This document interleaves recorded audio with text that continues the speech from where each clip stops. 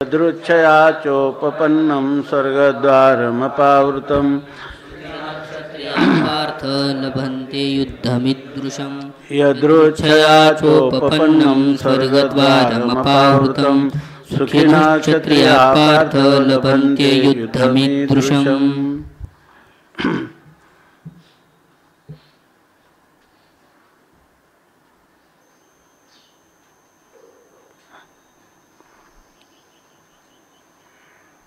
धर्मक्षेत्र कुरुक्षेत्र कौरव पांडवांचं धर्मयुद्धाला प्रारंभ होत आहे आणि अशा वेळी अर्जुनाला आपल्या बांधवांबद्दल गुरुबद्दल किंवा चुलते मामे सासरे मेहुणे हे सर्व आत्मीय पाहून त्याच्या अंतकरणात मोह निर्माण झाला, त्यांच्याविषयी स्नेह किंवा दया निर्माण झाली। अशा वेळेला हे अर्जुनाचं अनुचित आहे, परंतु अर्जुनाला कोणत्याही प्रकाराने त्याच्या बुद्धीवर हे आपलं अनुचितपण कळावं आणि यथार्थ काय करणीय आहे हे कळावं म्हणून भगवान अर्जुनाला बोध करण्यासाठी ह्या दुसऱ्या अध्यायाच्या 11व्या श्लोकापासून प्रवृत्त झालेले आहेत। प्रथम भगवान परमात्मा अर्जुनाला तत्त्वज्ञानाचा उपदेश करतात, परंतु या तत्त्वज्ञानाचा काहीही उपयोग अर्जुनाला होताना दिसत नाही। याचा अर्थ मध्ये काहीतरी प्रतिबंध आहे आणि तो प्रतिबंध भगवंताने जाणला आणि त्या प्रतिबंधाच्या निवृत्तीसाठी त्याला या ठिकाणी कर्मयोगाचा उपदेश करण्यास प्रारंभ केलेला आहे। ज्या वेळेला अनधिकार्याला कधीही फल प्राप्त होत नाही आणि तो अधिकार उंचावण्यासाठी या ठिकाणी निष्काम कर्मयोगाचा उपदेश करतात।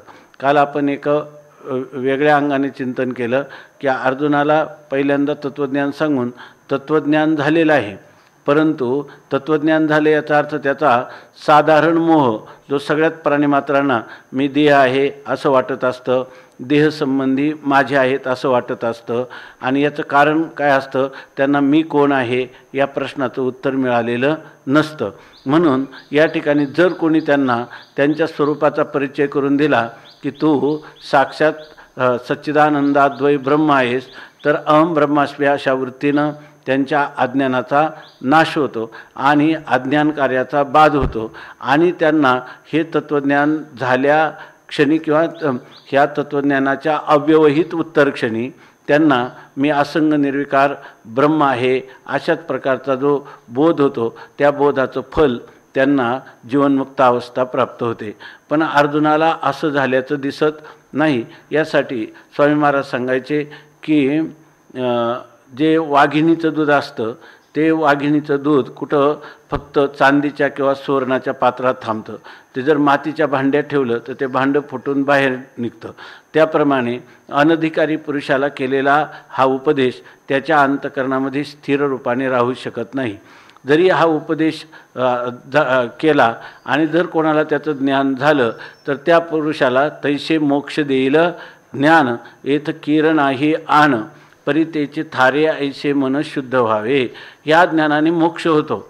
अध्यात्म विद्यानाम ही अध्यात्मविद्या ब्रह्मविद्या ही फार श्रेष्ठ विद्या आहे, परंतु मुंगीवरी भार गजाचे पाळन करीता हे कोण कार्यसिद्धी अशा प्रकारची स्थिती आहे।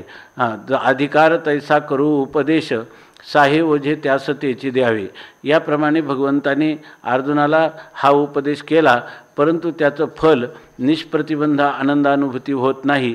याचंच कारण आहे की अंतकरणाची शुद्धी जर एखाद्याची नसेल तर अशुद्ध अंतकरणाच्या पुरुषाला केलेला उपदेश या ठिकाणी पालथ्या घड्यावर पाणी अशा प्रकारची स्थिती होते आणि मग अशा पुरुषाला निष्काम कर्मयोगाचा किंवा कर्मयोगाचा उपदेश केला जातो। अशी प्रकारची पूर्वसूरींची किंवा शास्त्राची परंपरा आहे। पण या ठिकाणी काल आपण असं चिंतन केलं की अर्जुनाचा साधारण मोह जो सगळ्या लोकांना जे अज्ञान आहे, ज्या अज्ञानामुळं अहंता आणि ममता मी शरीर आहे अशा प्रकारचा अहंकार आणि शरीर संबंधी माझे आहेत अशा प्रकारचं ममत्व हे जे वाढतं, तर त्या ममत्वाला कारण अज्ञान आहे। त्या अज्ञानाचा निराशा अर्जुनाचा झालेला आहे। साधारण मोहाची त्याची निवृत्ती झाली असली तरीसुद्धा प्रसंग प्राप्त या ठिकाणी त्याच्या अंतःकरणात एक मालिन्य आहे, एक प्रतिबंध स्वरूप मालिन्य आहे. आणि ते कोणतं तर हे असणारे गुरुबंधू इत्यादी हे सर्व माझे स्वकीय किंवा आप्त आहेत. अशा प्रकारचा त्याच्या अंतःकरणात जो मोह झाला तो त्याच्या व्यक्तिगत होता, म्हणजे त्या वेष्टीपुरता मर्यादित होता. आणि तो का झाला तर त्यांनी पण मालिन्य निर्माण केलं. काल आपण पाहिलं होतं की एखाद्या पुरुषाच्या एखाद्या घरामध्ये किती स्वच्छ केलेलं भांडं असलं आणि आपण 6 महिन्यांनी घर उघडलं तर त्या भांड्यात जेवायला बसत नाही, कारण त्याच्यावर काही ना काही थोड्या प्रकारची धूळ आलेली असते. तसं अर्जुनाच्या ठिकाणी मालिन्य कोणतं उत्पन्न झाले? साधारण मोहाचं स्वरूप असं आहे. जर गुरुवाक्यांच्या त्यांनी लिहिलं गुरुवाक्य आहे, गुरुवाक्याचे नावे हां गुरुकृपेचे थावे, महावाक्याचे नावे गुरुकृपेचे थावे, माथा हात ठेविला नोहे थापटीला जैसा. ज्यावेळेला गुरुकृपा होते आणि महावाक्याचा उपदेश होतो, त्याच्या मस्तकावर हात ठेवला जातो, त्यावेळेला तो खऱ्या अर्थाने पूर्णपणे स्वरूपामध्ये जागृतच होतो. पण जर एखादा अनधिकारी असेल आणि त्याला ही जागृती स्वरूप जागृती आली नाही तर त्याला काहीतरी प्रतिबंध आहे. आणि तो प्रतिबंध तर साधारण मोहाचा तर नाही. कारण काय आहे की वेदांत शास्त्राप्रमाणे जर तुम्हाला तत्वमसी महावाक्य सांगितलं, त्यापासून होणारं जे ज्ञान आहे ते ज्ञान अपरोक्षच होतं. आणि त्यामुळं हे ज्ञान अपरोक्ष ज्ञान जे आहे ते अज्ञानाचं नाशक आहे. जे ज्याच्या अज्ञानाने वाचतं ते त्याच्या ज्ञानाने निवृत्त होतं. मग आता ज्ञानाने अज्ञान निवृत्त झाल्यानंतर याला का बरं जीवनमुक्ती अवस्था प्राप्त होऊ नये? का त्याला परम समाधान, त्याला सुख, शाश्वत अविनाशी सुख का प्राप्त होऊ नये? याचंच कारण हा प्रतिबंध साधारण मोह नाही तर असाधारण आहे. आणि त्यांनी एक प्रकारचं मालिन्य निर्माण केलेलं आहे. आणि ते मालिन्य कोणतं तर आपण काल पाहिलं, दुराग्रह हिरण्याक्षे माझी बुद्धी वसुंधरा सुदली काखे, जो मोहार्णव गवाक्षे रिगोनी ठेला ना. अशा प्रकारची स्थिती आहे की या ठिकाणी अर्जुनाला दुराग्रह झाला. न योत्से इति गोविंद, मी युद्ध करणार नाही आणि माझंच बरोबर आहे. संकरो नरका यैव कुलघ्नानां कुलस्य च पतंती पितरो हेशाम लुप्त पिंडोदक क्रिया. प्रस्तुत प्राप्त झालेलं युद्ध न करणं हेच कल्याणकारक आहे. अशा प्रकारची त्याची विपरीत भावना झाली. आणि ती विपरीत भावना झाली याच्याबद्दल जरी तो आपाततः आपल्याला भगवंताला दिसत असला विचारताना की माझं बरोबर की चुकतं, खरं माझं श्रेय कल्याण होईल असं तुम्ही सांगा. परंतु या ठिकाणी दुसरी एक ओवी काल कोणतरी सांगितली होती, जशी दुराग्रह हिरण्याक्षे तशी दुसरी एक ओवी आहे. कालच कोणीतरी सांगितलं की त्यामध्ये तुम्ही सांगितली का दुराग्रह असं सांगणार, तिथंच ओवी आहे दुसरी पण.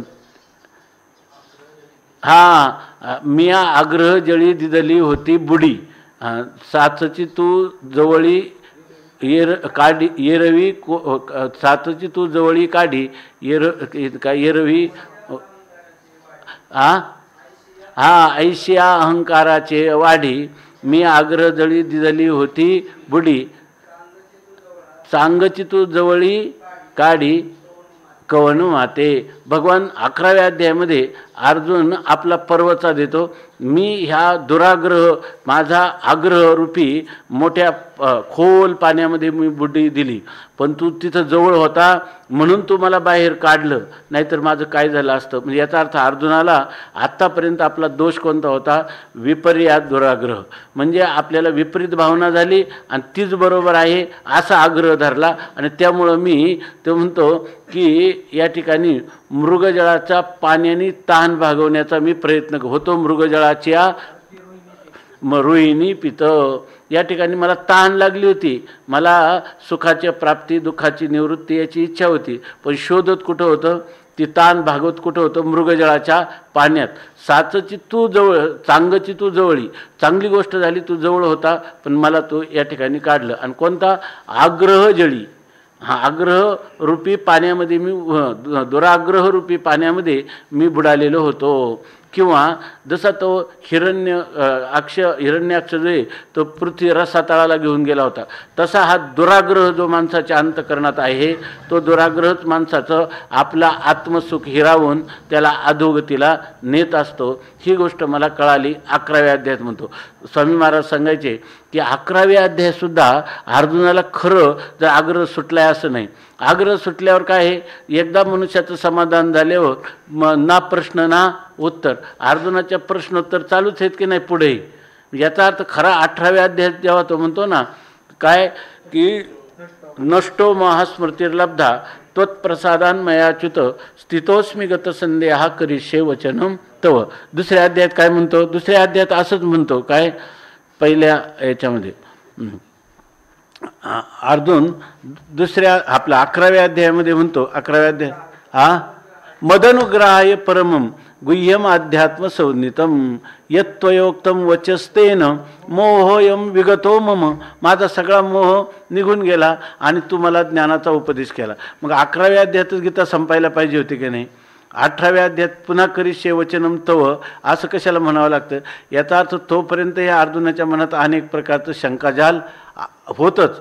खऱ्या अर्थाने त्याला ह्या गीतेचा बोध तो फलप्रद झालेला नव्हता. फक्त एकच का आपला दोष त्याला कळाला आणि त्यामुळे त्याला झालेलं ज्ञान हे परोक्ष ज्ञान आहे, अजूनही अपरोक्ष ज्ञान झालेलं नाही. त्या ठिकाणी तो जरी म्हणतो ना तू गुह्यम अध्यात्म संज्ञितम यत्त्वया उक्तम, तुझे गुह्य अध्यात्म सांगितलं आणि ते मला कळलं आणि माझा मोह गेला. म्हणजे इथं काय आहे, परोक्ष ज्ञान आणि अपरोक्ष ज्ञानापैकी त्याला परोक्ष ज्ञान झालं आणि त्याचा मोह गेला. म्हणजे काय, परोक्ष ज्ञानाने काय होतं, असत्वापादक आवरण फक्त दूर झालं, अजून आभानापादक आवरण दूर झालेलं नाही. की जे आवरण कशाने, दृढ अपरोक्ष ज्ञानानेच दूर होतं, ते अजून त्याला व्हायचं आहे. असा हा चिंतनाचा क्रम या ठिकाणी दिसून येतो.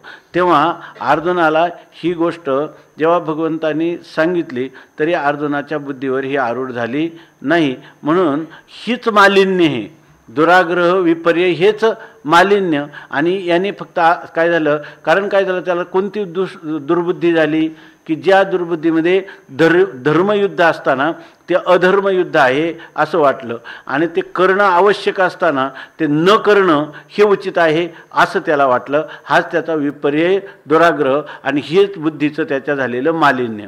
आता भगवंतांनी या ठिकाणी इथून पुढं जो त्याला उपदेश केलेला आहे त्या उपदेशाने होणार काय आहे, अर्जुनाला साधारण मोह निवृत्त करण्यासाठी आता सांगायचे का असाधारण तत्कालिक युद्ध प्रसंगी झालेलं मालिन्य हे. नाहीतर आपण अर्जुनाचं कालच पाहिलं, जो सुमनू आणि शुद्धमती अनिंदको अनन्यगती आणि पैगा गौप्यही तया प्रती चावळी जे सुखे. गुह्यातली गोष्ट कोणाला सांगायची तर मी का सांगतात भगवान, सुमनसू शुद्ध मनाचा आहे, नंतर शुद्धमती शुद्ध बुद्धीचा आहे, अनिंदकू कोणाची निंदा करणारा नाही आणि गुरुला किंवा इष्टदेवतेला अनन्य शरणागत झालेला आहे. आणि अशा 4 गुणांनी जो संपन्न पुरुष असेल त्यालाच हे अध्यात्मगुह्य सांगावं असं सांगितलं. त्या सगळ्या लक्षणाला योग्य असा अर्जुन आहे की नाही आणि त्याला हा केलेला काय आहे, उपदेश आहे. त्यामुळे त्याच्या ठिकाणी आता साधारण मोह नाही, तात्कालिक युद्धाचा प्रसंग प्राप्त झाला आणि तेवढाच फक्त त्याचा झालेला जो मोह आहे तो व्यक्तिगत वेष्टीचा मोह फक्त या ठिकाणी भगवंताला दूर करायचा आहे. म्हणून त्याला तस्माद युद्धस्व भारत. काय होईल, जे मालिन्य आले ते कोणतं, युद्ध न करण्यामुळं. ऐक नाही, तर युद्ध करायला एकदा प्रवृत्त झाला की त्याच्या ठिकाणी हा असणारं मालिन्य दूर होईल. आणि ब्रह्मज्ञान पूर्वी श्रवण केलेलं आहे, मागं सांगितलेले जे श्लोक आहेत 20 श्लोकामध्ये त्याचं ब्रह्मज्ञान त्याला झालेलंच आहे, दृढ अपरोक्ष झालेलं आहे. परंतु त्याला प्रतिबंध आलेला आहे, त्या प्रतिबंधाची निवृत्ती करण्यापुरतात. हे कोणाच्या बाबतीत, अर्जुनाच्या बाबतीत आहे. तसं कोणीही पुरुषांनी ब्रह्मज्ञानाचं श्रवण केलं आणि जर त्याला निष्प्रतिबंध आनंदाला प्रतिबंध आनंदानुभूती आली नाही तर याचा अर्थ तिथं कुठंतरी मालिन्य आलं आहे, असलं पाहिजे. कालच आपण पाहिलं की नाशांत जो मनुष्य ज्यांचं अंतकरण स्थिर नाही, ना विरक्तो दुश्चरितात. एक तर आपलं चारित्र्य भ्रष्ट आपण आपलं जीवन असलं पाहिजे. ना विरतो दुश्चरितात. जो दुष्ट चरित्र किंवा दुष्ट असं शास्त्रविरुद्ध जीवन याच्यापासून परावृत्त झाला नसेल तर अशा पुरुषाला हे ज्ञान फलीभूत होत नाही. ना विरतो दुश्चरितात ना शांतो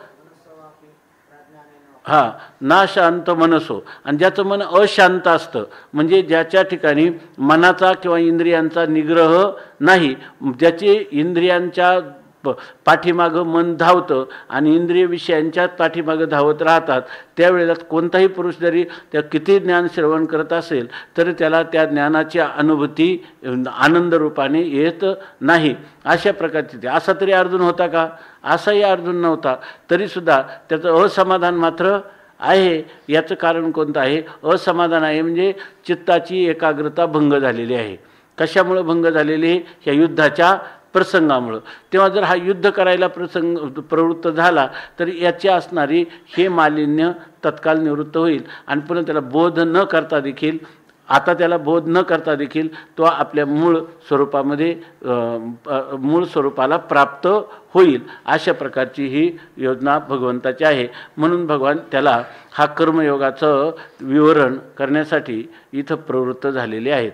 तर त्याला आता पहिलं काल सांगितलं की तो काय म्हणतो, हा स्वधर्म तत्त्वज्ञान तुम्ही जरी सांगितलं तरी आत्ता प्राप्त प्रसंगात स्वधर्माचं पालन करणं महत्त्वाची गोष्ट आहे. पण वास्तविक स्वधर्माचं पालन जर ज्याच्याकडून घडलं त्यालाच काय होतं असतं, तत्त्वज्ञानाचं श्रवण घडतं. अशी स्थिती झाल्यावरही पुन्हा त्याच्या ठिकाणी आपलं स्वतः उत्थान झालेलं आहे आणि त्याला वाटतं की धर्माच्या दृष्टीनं हे केलेलं आपलं अधर्म युद्ध होईल. म्हणून त्याला भगवंतांनी कालच्या श्लोकात पहिल्यांदा सांगितलं, स्वधर्ममपि चावेक्ष न विकंपितुम अर्हसि. स्वधर्माच्या दृष्टीनं पाहिलं म्हणजे तत्त्वज्ञानाच्या दृष्टीनं तर तुला आत्मा असंग निर्विकार असल्यामुळं सर्वम यद अयम आत्मा, सर्व आत्माच आहे. त्याच्यामध्ये युद्ध नाही, पाप नाही, पुण्य नाही, कर्तृत्व नाही, भोक्तृत्व नाही, अशा प्रकारची स्थिती आहे. पण अर्जुनाने अभिमान धरला, मी करता आहे, मी भोगता आहे, मी जर युद्ध केलं तर मला पाप लागेल. अशा प्रकारच्या त्याच्या ज्या काही धारणा चुकीच्या झाल्या त्याच्यासाठी भगवंताला त्याला पुन्हा पुढेही गीता सांगावी लागली. त्यापैकी एक भाग जो आहे तर त्याला स्वधर्माच्या विरुद्ध हे युद्ध आहे असं वाटत होतं.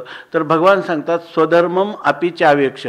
स्वधर्माचा जरी विचार केला म्हणजे प्रत्येक मनुष्याच्या ज्या वर्णामध्ये त्याचा जन्म झाला त्या वर्णाश्रमाच्या अनुरूप जर कर्म त्यांनी केलं तर तो कल्याणाला श्रेयाला प्राप्त होतो असा श्रुतीचा स्मृतीचा सिद्धांत आहे. त्याप्रमाणे जर आज या ठिकाणी तू युद्ध केलं तरीसुद्धा न विकंपितुम अर्हसि, तुला याच्यामुळं काही थरकाप होण्याचं कारण नाही, भय होण्याचं कारण नाही. त्याचं कारण सांगतात की हे जे युद्ध आहे हे मुळातच अधर्माच्या अनुसरून हे युद्ध चाललेलं नाही, धर्मयुद्ध हे या ठिकाणी आहे असं भगवान त्याला सांगतात.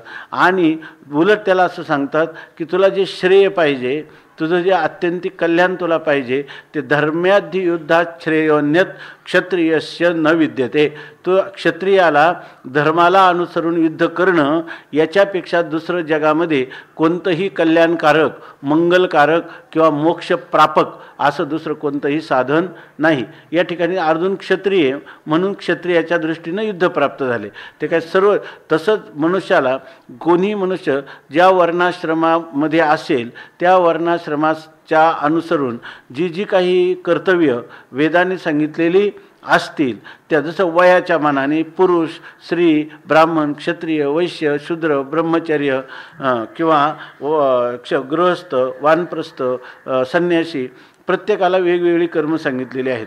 ती कर्माचं अनुष्ठान त्यांनी करणं हे आवश्यक आहे आणि त्यानेच त्याला निश्चित मोक्ष प्राप्त होणार.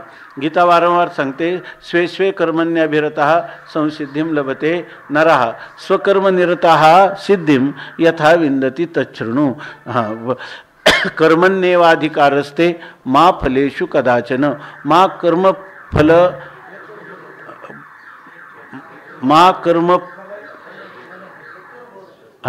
कर्मफल हेतुर्भूर माते संगोस्त्व कर्मणी. मनुष्याने उलट कर्म अशा युक्तीनं केलं पाहिजे कर्मण्यकर्मयः पश्येत अकर्मणी च कर्मयः स बुद्धिमान मनुष्येषु स युक्तः कृष्णकर्मकृत.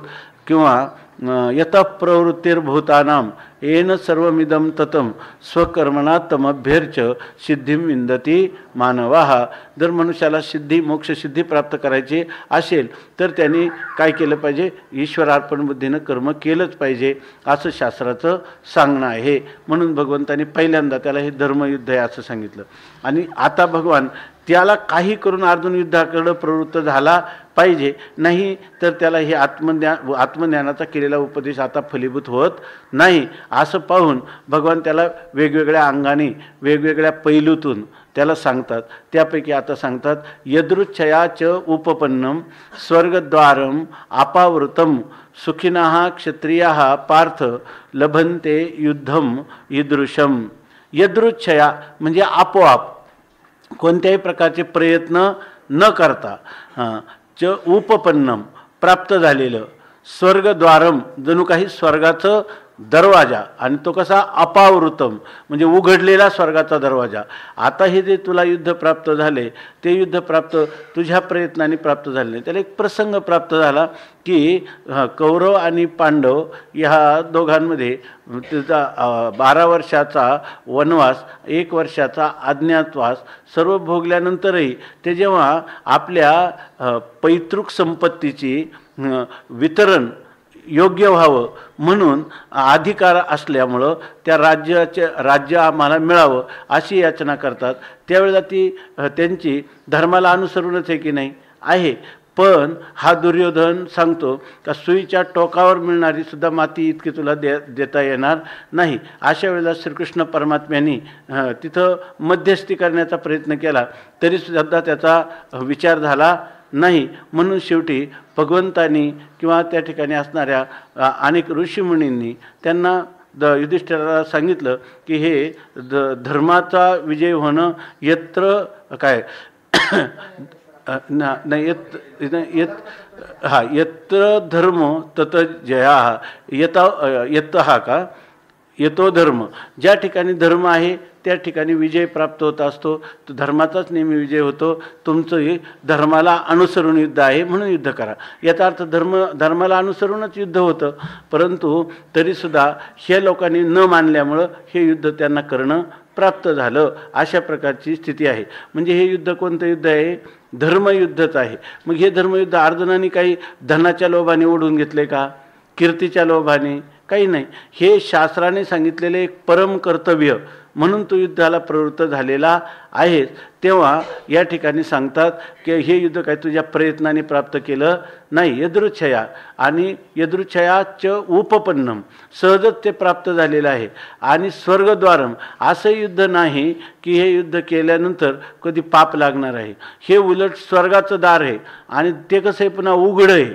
जर एखाद्याच्या घरात जायचं असेल तर त्या दरवाजा उघडून आपल्याला विचारून आतमध्ये जावं लागतं. उघडा दरवाजा असेल तर त्या घरामध्ये काही प्रवेश करायला हरकतच नाही. तसं हे स्वर्गाचं उघडलेलं द्वार आहे. म्हणजे स्वर्गामध्ये उघड्या अशा द्वाराने तुला निश्चित हे युद्ध केलं की तू स्वर्गाला प्राप्त होणार आहे. स्वर्गाला प्राप्त होणार म्हणजे स्वर्गसुद्धा 2 प्रकारचा शास्त्रामध्ये सांगितला. एक स्वर्ग कोणता? जो आपण केलेल्या पुण्याच्या सामर्थ्याने आपल्याला इंद्रपदाधिक जे लोकांतर प्राप्त होतं तो एक स्वर्ग आहे. आणि दुसरा स्वर्ग म्हणजे अनंत आपण केलेलं जे पुण्य आहे त्या पुण्यामुळं जर मनुष्याला तो क्रममुक्तीला म्हणजे मोक्षालाही प्राप्त होतो असं सांगितलं. जसं संन्यासाचं मत सांगत असताना सांगतात त्याच्या अंतःकरणामध्ये कामना उत्पन्न होऊन जर त्याचा देह पडला तर तो ब्रह्मलोकाला जातो आणि ब्रह्मलोकामध्ये तो अनंतकाल सुख भोगतो, दिव्य सुख भोगतो. आणि तो जर सकामानुष्ठान केलेला असेल तर सकामानुष्ठान केलेला एखादा पुरुष तर तो पुन्हा जन्माला येतो पण स्वर्ग सुख भोगतो. दुसरा एक सांगितलेला आहे की जो निष्काम कर्मानुष्ठान करतो आणि असा पुरुष किंवा संन्यासी जर त्या संन्याशाला अंतकालामध्ये काही कामना निर्माण झाली तर तो योगभ्रष्ट होतो आणि शुचिनाम श्रीमताम गेहे योगभ्रष्टो भी जायते. आणि जर त्या पुरुषाला निष्काम त्याच्या अंतःकरणामध्ये त्याने निष्काम कर्म केलं परंतु त्याला ब्रह्मज्ञान झालं नाही तर तो पुरुष ब्रह्मलोकाला जातो. तेव्हा त्या ब्रह्मलोकालाही स्वर्ग असंच म्हटलेलं आहे. तर तिथं जाऊन मात्र कल्पांताच्या वेळेला जेव्हा ब्रह्मदेव मुक्त होतो त्यावेळेला हा संन्यासी महात्मा सुद्धा त्या ठिकाणी ब्रह्मलोकाला गेलेला कल्पांतापर्यंत वाट पाहतो. आणि ज्या वेळेला संपूर्ण प्रलय होतो त्यावेळेला या ठिकाणी ब्रह्मदेवाबरोबर तोही ज्ञान होऊन मुक्त होतो. आता दुसरा हे झालं ज्ञान, पण हा तर क्षत्रिय आहे आणि ह्या क्षत्रियाला असा कोणता स्वर्ग प्राप्त होतो? इथं म्हणतात स्वर्गद्वारम अपावृतम. तर या ठिकाणी त्यांना याला तर काही तत्वमसी महावाक्याचं चिंतन केलेलं नाही. त्यांनी तत्वमसी महावाक्याचं चिंतन केलं नाही. आणि ऋते ज्ञानान्न मुक्ती, आणि ज्ञानाशिवाय तर मोक्ष होत नाही. तेव्हा याला होणारा जो स्वर्ग प्राप्त आहे तो अर्थातच सापेक्ष असला पाहिजे. परंतु स्मृतिग्रंथामध्ये असंही म्हटलेलं आहे की द्वाविमौ पुरुषौ लोके, दोन पुरुष या जगामध्ये आहेत की ते सांगतात की सूर्यमंडल भेदिनौ, ते सूर्यमंडलाचा भेद करतात. याचा अर्थ हे संपूर्ण जे काही ब्रह्मदेव, विष्णू किंवा महेश म्हणजे कैलास, ब्रह्मलोक यांच्याही अतीत यांचंही भेदन करून मग किंवा ह्या सर्व असणाऱ्या कार्य आणि कारण भावाचा, अज्ञान आणि अज्ञान कार्य ह्या दोन्ही मंडलाचा भेद करून ते जातात. आणि कोण सांगितलं? परमहंस असणारा संन्यासी. आणि दुसरा जो सांगितला सूर्यमंडलाचा भेद करणारा यहा वा रणे अभिमुखे हतहा, जो रणांगणामध्ये साक्षात मरण पावला युद्ध करताना. त्याचं कारण हे आहे की रणांगण म्हणजे याचा अर्थ दोन अधिकारी सांगितलेले. कुठलं? ब्रह्मलोकात जातात आणि जो क्षत्रिय आहे तो समोरच्या युद्धामध्ये जर त्याला रणामध्ये शत्रूंनी त्याला मारलं तर त्या ठिकाणी मरण पावलेला तो साक्षात कुठं जातो? सूर्यमंडलाचा भेद करून मोक्षाला प्राप्त होतो. एवढं मोठं फल त्याच्यासाठी सांगितलेलं आहे.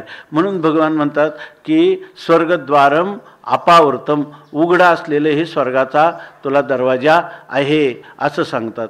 आणि त्या आता आपल्याला वाटेल की त्या पुरुषाला कसं काय मोक्ष मिळतो? तर परमहंस संन्यासाचं मोक्ष कशाने मिळतो? त्यागेने की अमृतत्व मानशू, त्यागाने मोक्ष प्राप्त होतो. आता या ठिकाणी याला काय त्याग आहे? संन्यासी पुरुषांनी आयुष्यभर सर्वाचा काय सर्वसंग परित्याग केला विधीपूर्वक आणि नंतरही कितीतरी कष्टकर अशा प्रकारचं जीवन तो संन्यास्य श्रवणम कुर्यात, अशा प्रकारचं काय त्याला आपण म्हणतो ब्रह्मचर्य, अपरिग्रह, अहिंसा, सत्य, आस्तेय, शौच, संतोष, तप, स्वाध्याय, ईश्वर प्रणिधान, श्रद्धा अशा प्रकारच्या सगळ्या साधनांच्यामध्ये आपलं जीवन खर्च करतो. आणि तेच फळ त्याला जे मिळतं कोणतं? मोक्ष. तेच फळ कोणाला? क्षत्रियाला प्राप्त होतं.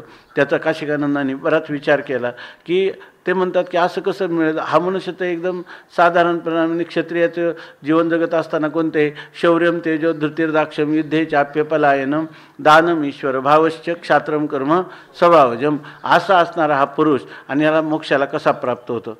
तर त्यांनी सांगितलं की त्याच्यासाठी म्हणे की जर तुम्ही त्या सीमेवर जाऊन पाहिलं कारगिल वगैरे युद्धात, तर त्या लोकांना जर विचारलं की तुम्ही तसं कशासाठी नोकरी पकडली? ते म्हणतात आमच्या मुलाबाळांचं पोषण व्हावं, सरकारच्या ही सेवा घडावी म्हणून आम्ही केलं. परंतु त्यांच्या ठिकाणी अहंता आणि ममता असते की नाही? दिसतं की नाही? पण ज्यावेळेला युद्ध सुरू होतं त्यावेळेला त्यांना जर विचारलं तुम्हाला तुमची पती पत्नी आठवतात का? तुम्हाला आपली पत्नी मुलं आठवतात का? ते म्हणे आम्हाला दुसरं काहीच आठवत नाही, फक्त समोरच्या शत्रूला कसा पाडाव करता येईल एवढंच आमचं आहे. ते काही अंतकाली देवाचं ध्यान करत देव सोडतात असंही नाही. तरीसुद्धा त्यागेने की अमृतत्व मानशू, मोक्ष हा त्यागाने प्राप्त होतो.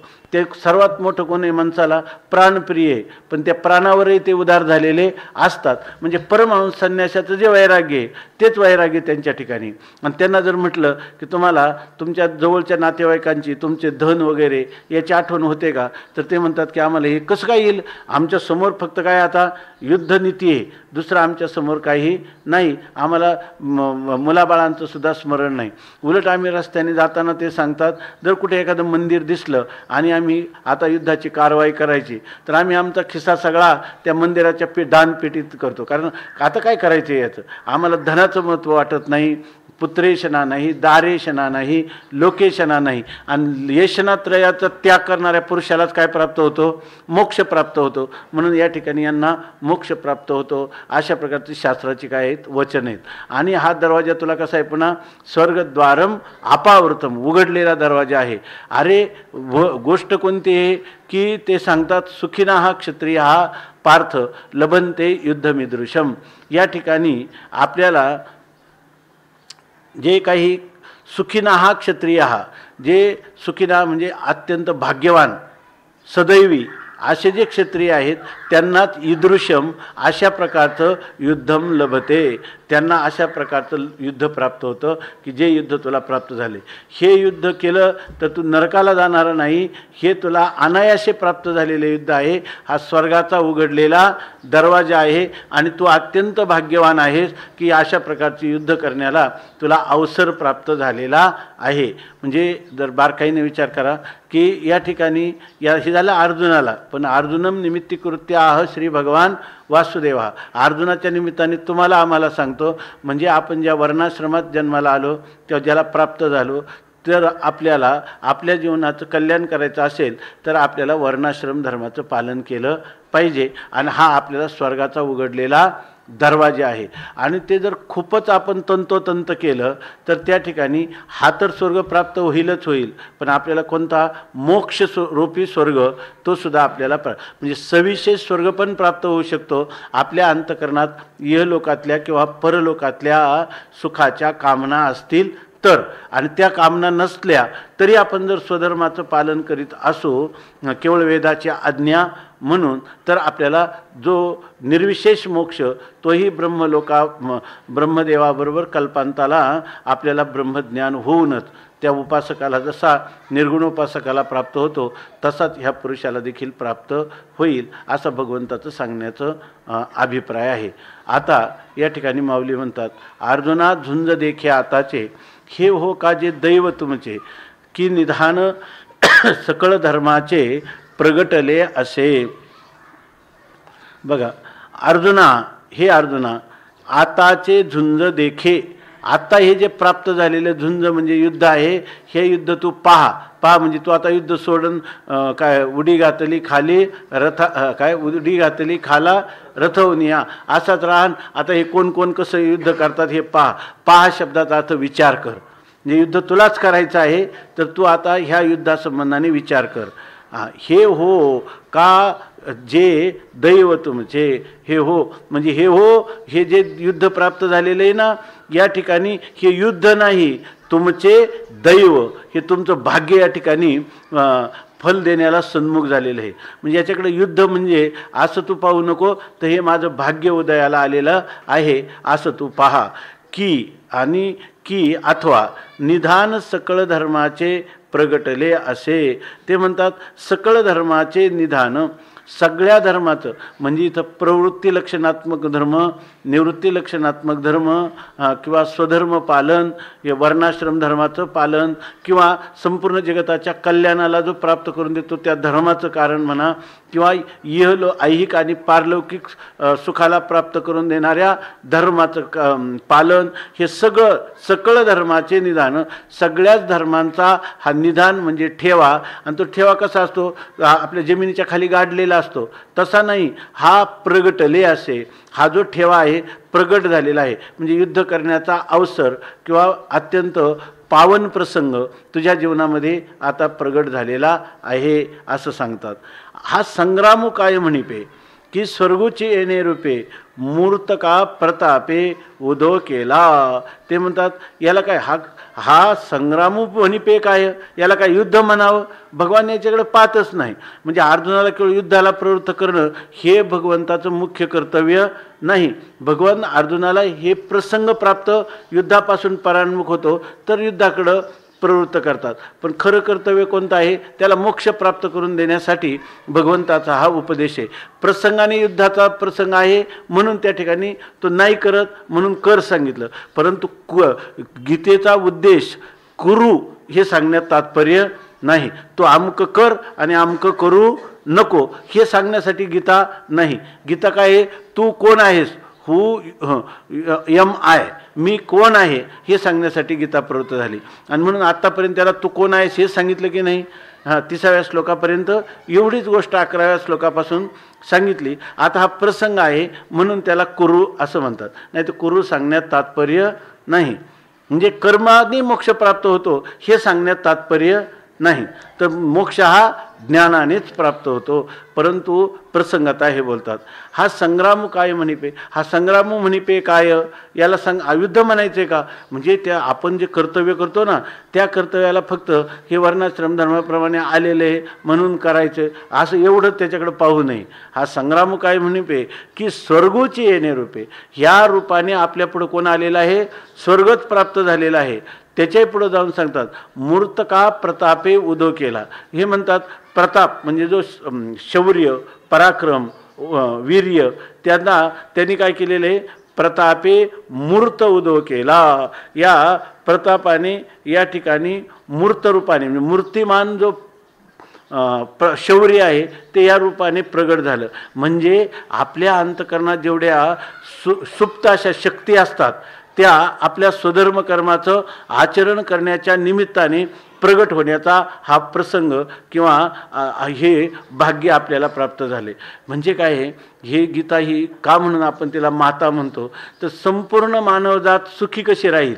मानव जातीमध्ये केवळ तत्त्वज्ञान चालणार नाही, सगळ्यांचे, कारण सगळे एका अधिकाराचे नाही, प्रकाराचे 3 तुका म्हणे केले जन, 3 प्रकारची लोक दिसतात.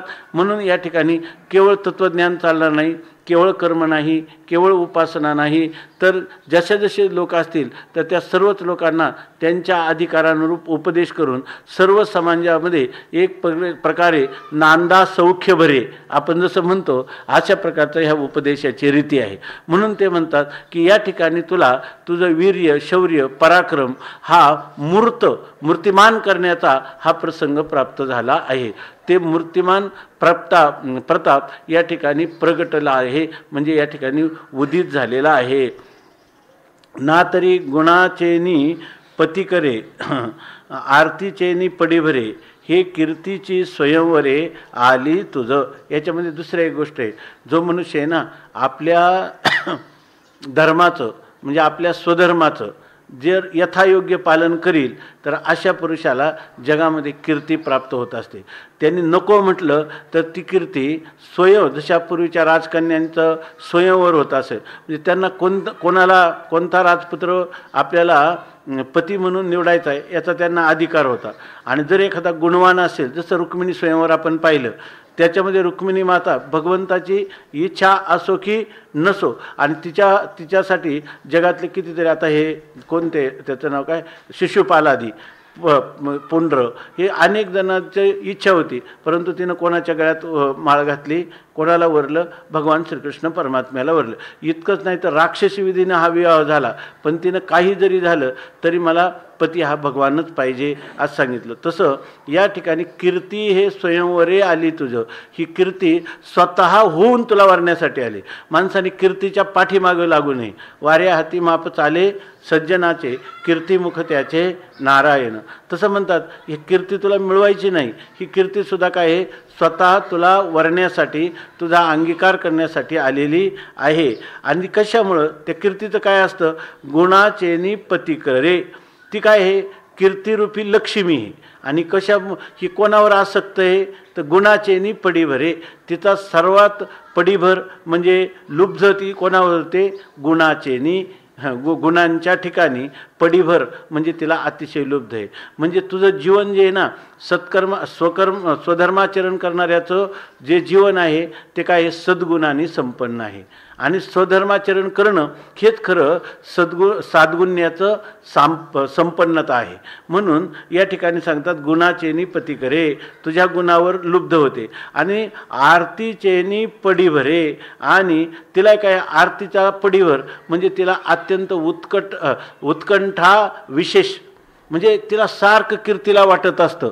तिला आरती आहे म्हणजे उत्कट अभिलाष अशा प्रकारचा आहे. आणि कोणता की असा जो कोणी पुरुष असेल त्याच्या अधीन मी होईल आणि त्याचा मी प्रचार प्रसार करीन. म्हणजे याचा अर्थ जर तू हे युद्ध केलं, धर्मयुद्ध केलं, तर ही कीर्ती जी आहे की जी कीर्ती गुणांच्या ठिकाणी लुब्ध झालेली आहे ती तुझ्याकडंच आपोआप येणार आहे. नंतर आरतीचेनी पडी भरे म्हणजे तिला उत्कट अभिलाषा किंवा आवड कोणाची आहे अशाच तुझ्यासारख्या पुरुषांची ती तुझ्याकडं स्वतः होऊन तुला वरणार आहे. ते म्हणतात वास्तविक ही ज्या 7 विभूती सांगितल्या त्याच्यामध्ये कीर्ती ही काय सांगितलेली एक विभूती. काय श्लोक आहे तो? मृत्यू सर्व हरश्चैव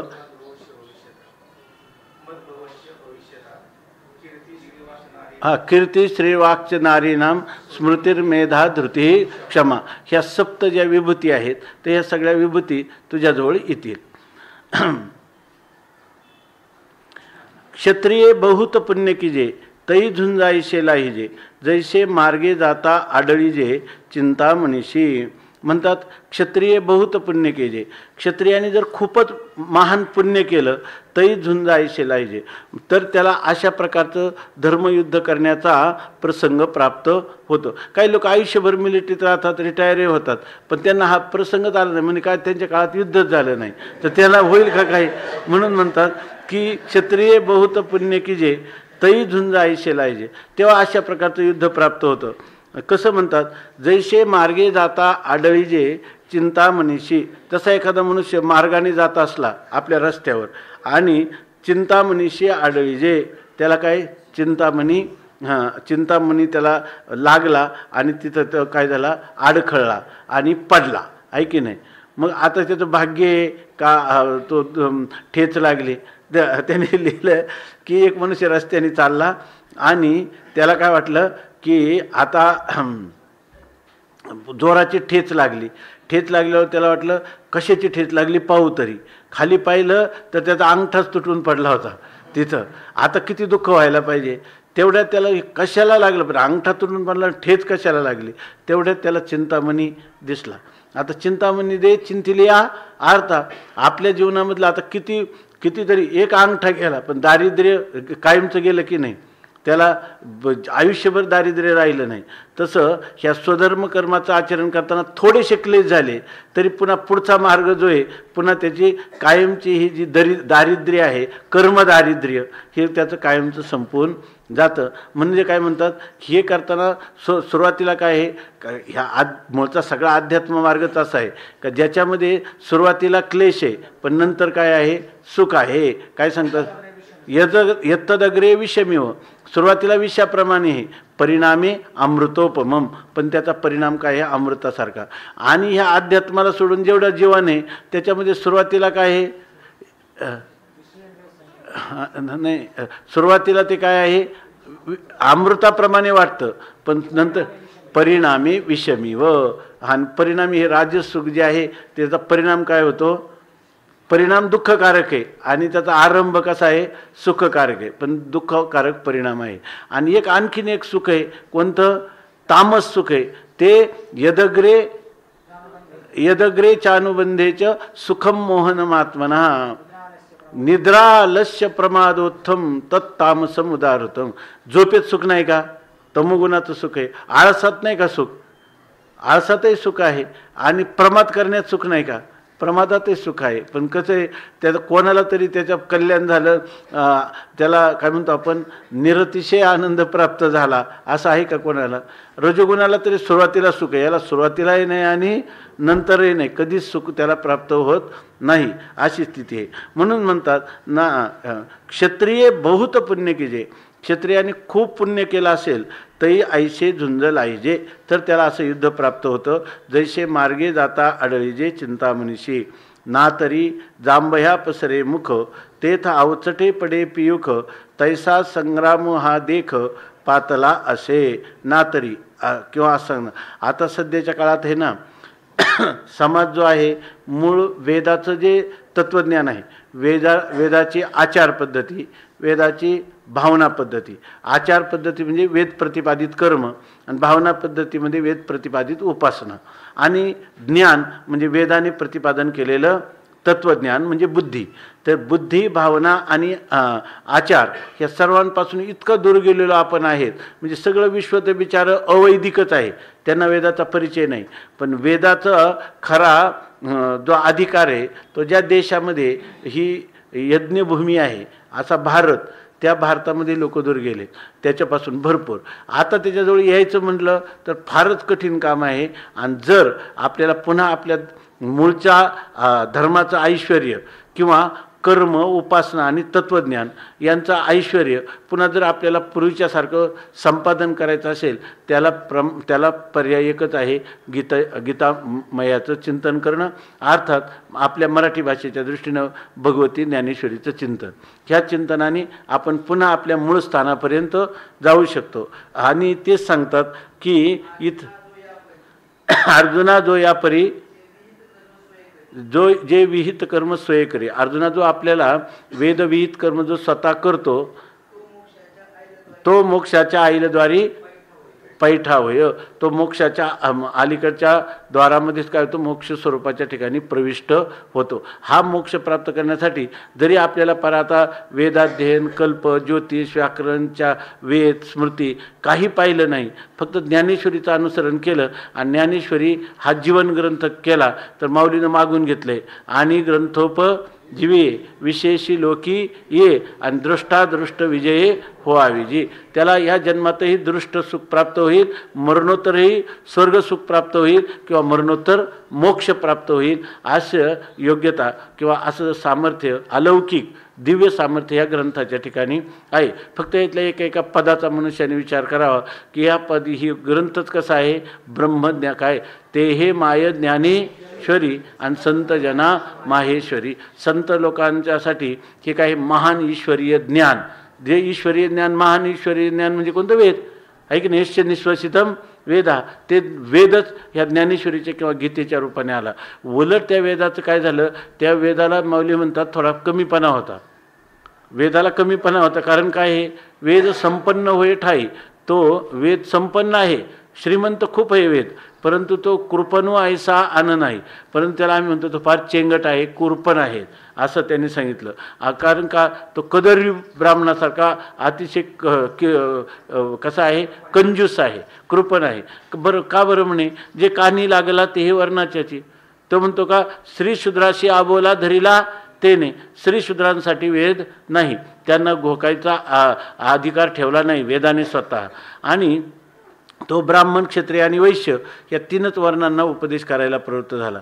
आणि ते काय, ते फेडावया मागील उणे. ते आपलं ऊन जे आपल्या जीवनात प्राप्त झालेलं वेदाला, ते त्याला काय करायचे, दूर करायचं. ते फेडावया मागील उणे मंदिर, ते फेडावया मागील उणे नाही हां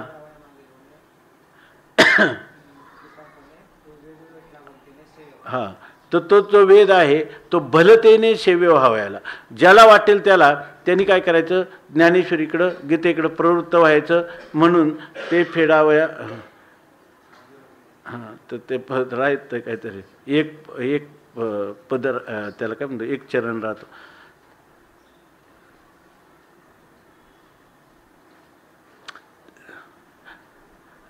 ते फेडावया मागील उणे गीता विठ्ठली भलतेने, वेदू विठ्ठला भलतेने सेव्य व्हाव्या मध्ये राहिलं.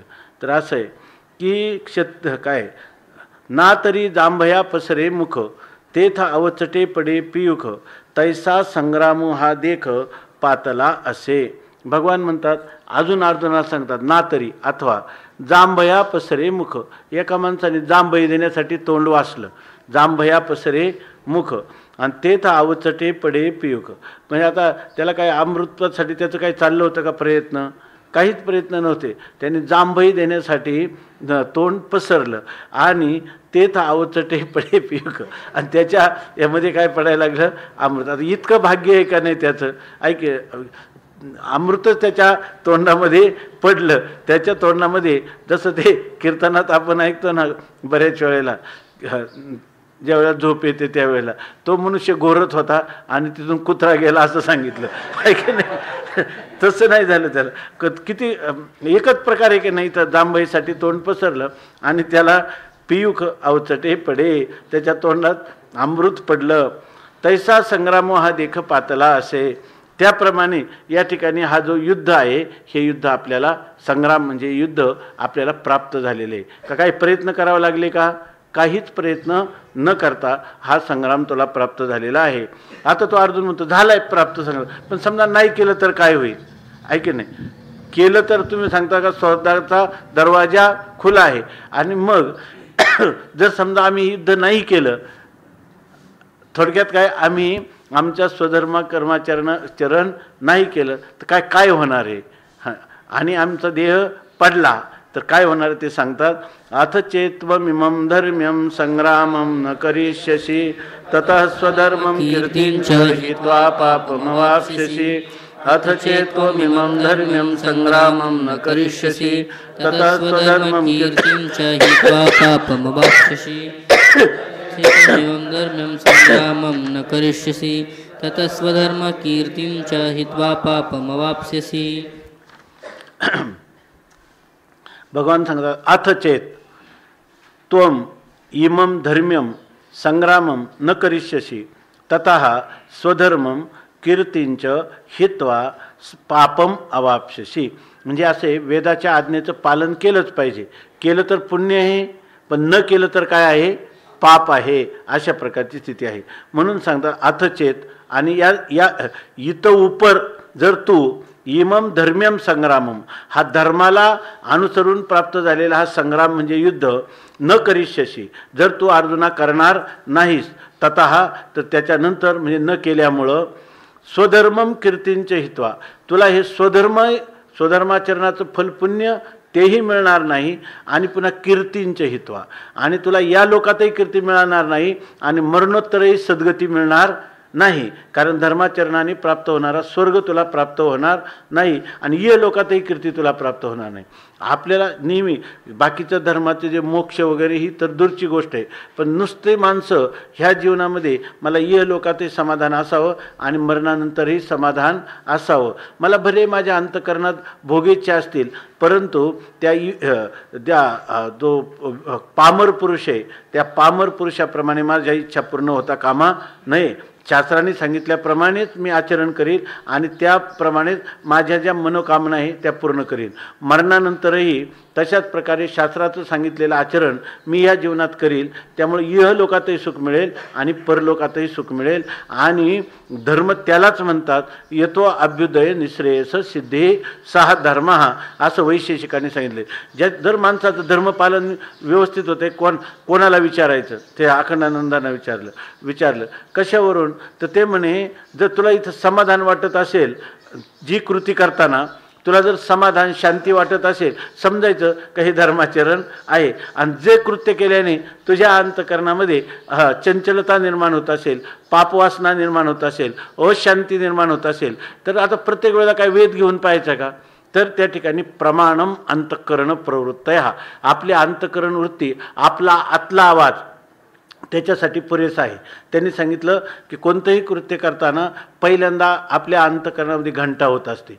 हे योग्य आहे किंवा अयोग्य आहे. आपल्याला याला कळायला शास्त्र पाहावं लागत नाही. आतलाच आवाज सांगतो की या ठिकाणी चौर्यकर्म आहे, हे वाईट आहे, असं पहिला आवाज असतो. आता आपण काय करतो? त्या आवाजाला दबून टाकतो आणि ह्या वरवर असणाऱ्या विषय लोलुप्यामुळं त्या अपातता मिळणाऱ्या सुखासाठी आपण त्या आवाजाची उपेक्षा करतो. बाकी या ठिकाणी मनुष्याचं किमान एवढं धोरण असलं तरी सगळी समाजव्यवस्थाही चांगली आणि प्रत्येक व्यक्तीचं जीवनसुद्धा इहलोकात मरणाच्या पूर्वी चांगलं आणि मरणानंतरही चांगलंच. का तर त्याचं किमान एवढं ध्येय असलं पाहिजे, मला इहलोकात सुख असावं आणि परलोकात सुख असावं. आणि असं सांगणारं जे काही आचारसंहिता असेल ती आचारसंहिता मी पाळेल. आंबेडकराच्या संहितेच्या द्वारा या ठिकाणी पाप पुण्यातून निसटण्याचा उपाय मी करणार नाही. तो नियम समाजव्यवस्थेसाठी तो मी पाळील, परंतु त्याच्यापेक्षा हा जो अपौरुषेय वेदाचा नियम आहे त्या नियमाचं मी पालन करील. असं असलं की त्या मनुष्याच्या जीवनात आपोआप सुख घडोघडी वाढू लागे. म्हणून म्हणतात अथ चेत त्वम इमं धर्म्यम संग्रामम न करिष्यसी. एवढं असूनही जर तू ह्या धर्माला अनुसरण असणारं हे प्राप्त युद्ध जर तू करणार नाहीस, ततः स्वधर्मम कीर्तींच, तर तुला या ठिकाणी स्वधर्माचाही त्याग होईल आणि कीर्तीचाही त्याग होईल आणि पापम अवाप्स्यसी, तुला पाप लागेल, असं प्रकारे तुला प्रत्यवाय लागेल असं सांगतात. आता हा ऐसा अभेरिजे मग नाथिले शोचो बैसिजे तरी आपण आहना होईजे आपण प्या. ऐसा हा अवेरिजे म्हणजे अशा प्रकारे सहज प्राप्त झालेला इहलोकाच्या आणि परलोकाच्या कल्याणाला कारण होणारा हा संग्राम युद्ध तू याचा जर अभेर करशील आणि ते युद्ध करणार नाही आणि मग नाथिले शोचो बैसिजे आणि मग नसल्याच गोष्टीचा जर तू शोक करीत बसशील तरी आपण आहना होईजे आपण पेया, तर तो आपणच आपल्याला आहना म्हणजे असमंतात हान्यते इथं अर्थ केलेला आहे की जेणेकरून आपण आपलाच आघात किंवा आपलीच हानी करणारा तू होशील. आपण पेया आपण आहना होईजे, आपणच आपला फार मोठी नुकसान करणारा किंवा हानी करणारा होऊ. पूर्वजांचे जोडले आपणची होय धाडिले जरी आजी शस्त्र सांडिले रणीये. हे शांत मनाने ज्ञानेश्वरी जर नुसती वाचली ना, आपण जे ओवी वाचतो त्याच्याऐवजी आपण शांत पूर्वजांचे जोडले आपणची होय धाडिले. पूर्वजांचे जोडले म्हणजे पूर्वजांनी जे मिळवलं आतापर्यंत, माझ्या वडिलांची मिरासी गा देवा, जे काही क्षत्रियांचं जी परंपरा चालत आली आणि त्यांनी जे काही जोडलं आपल्याला प्राप्त करून दिलं ते आपणच होय धाडिले. त्याला काय होईल, पूर्वजांनी आपल्याला योग्य रीतीनं क्षात्रधर्माचा प्रसंग आणून दिला पण आपणच तो धाडला म्हणजे आपणच तो गमावला, आपण त्याला धुळीला मिळवलं. म्हणजे कारण का क्षत्रियांचं कर्म काय आहे, युद्ध करणं, आणि त्याच्यापासून तुम्ही काय झाले परान्मुख. त्यामुळे तुम्ही त्याला काय केलं, क्षत्रियांचं प्राप्त झालेलं जे फळ आहे त्या फळाला तुम्ही बाजूला लोटून दिलं. आपणच होय धाडिले. पण हे कधी, जरी आजी शस्त्र सांडिले रणीये, जरी ये रणी आजी शस्त्र सांडिले तरी पूर्वजांचे जोडले आपणची धाडिले होय. जर आज या ठिकाणी शस्त्र हातात घ्यायला पाहिजे आणि उशिना घाई झुंजीजे आहे की नाही, उसण्या घाई म्हणजे एका घावाला दुसरा घाव, बाणाला बाण, असं त्याचं उसणं फेडलं पाहिजे. आणि त्याच्याऐवजी तो म्हणतो की मी आता न योत्से, मी युद्ध करणार नाही, असं जर म्हणशील तर आम्ही समजतो का पूर्वजांनी जेवढा ठेवा तुझ्यासाठी ठेवला होता तो तुम्ही धुळीला मिळवला. यामुळं होईल काय, आसती कीर्ती जाईल, जगची अभिशापू देईल आणि ग्योषित पावतील महादोष. आत्तापर्यंत अर्जुनाची जेवढी कीर्ती आहे ना, असलेली आत्तापर्यंत मिळवलेली कीर्ती ती पण जाईल आणि जगची अभिशापू देईल आणि सगळं जग तुला अभिशाप देईल म्हणजे निंदा करील. सगळे जगसुद्धा म्हणतील हे अर्जुनाचं काही खरं नाही. या ठिकाणी हा कसला वीर, आणि ह्या कुरुक्षेत्राच्या युद्धामध्ये धर्मयुद्ध असताना हा म्हणते अर्जुन आम्हा बेहाला, तो अर्जुन बेहाला असे शत्रूसुद्धा म्हणतील. आणि ग्योषित पावतील महादोष, आणि त्या ठिकाणी त्याला जेवढे महान दोष म्हणजे महान महान पाप आहेत ना हे युद्ध न केल्यामुळं ते ग्योषित पावतील, ती स्वतः शोधत तुला येतील, म्हणजे ती सगळी पापं तुला प्राप्त होतील. आता तुझी स्थिती कशी होईल अर्जुना, जैशी भातारे हिनवनिता उपहती पावे सर्वथा तैशी दशा जीविता स्वधर्मे विन. जशी एखादी सुवासिनी स्त्रीला मान असतो तसा विधवा स्त्रीला समाजामध्ये अनेक शुभ कार्यामध्ये तिला तितका सन्मान केला जात नाही. तर ते सांगतात, ते उदाहरण देतात. म्हणजे त्या काळातही, माऊलींच्या काळातही अशा प्रकारची स्थिती होती की भातारे हिन वनिता, पतिविरहित असणारी जी स्त्री आहे ती सर्वथा उपहती पावे, ती स्त्री सगळ्या प्रकाराने अपमानाला प्राप्त होते.